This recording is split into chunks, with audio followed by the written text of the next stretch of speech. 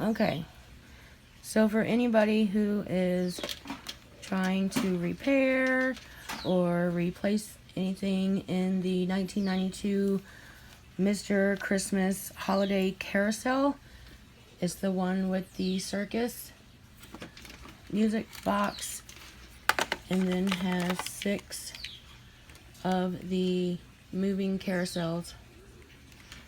If you cannot figure out how to get it apart to fix it, there is 4 screws. Flashlight. There is 4 screws under these things here.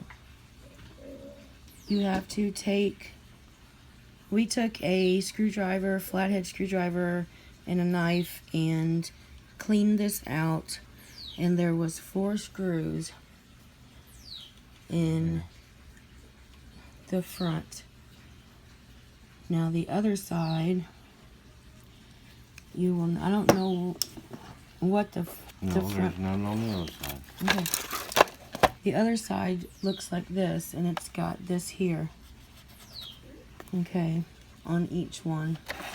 But this side has 4 screws. You take it apart.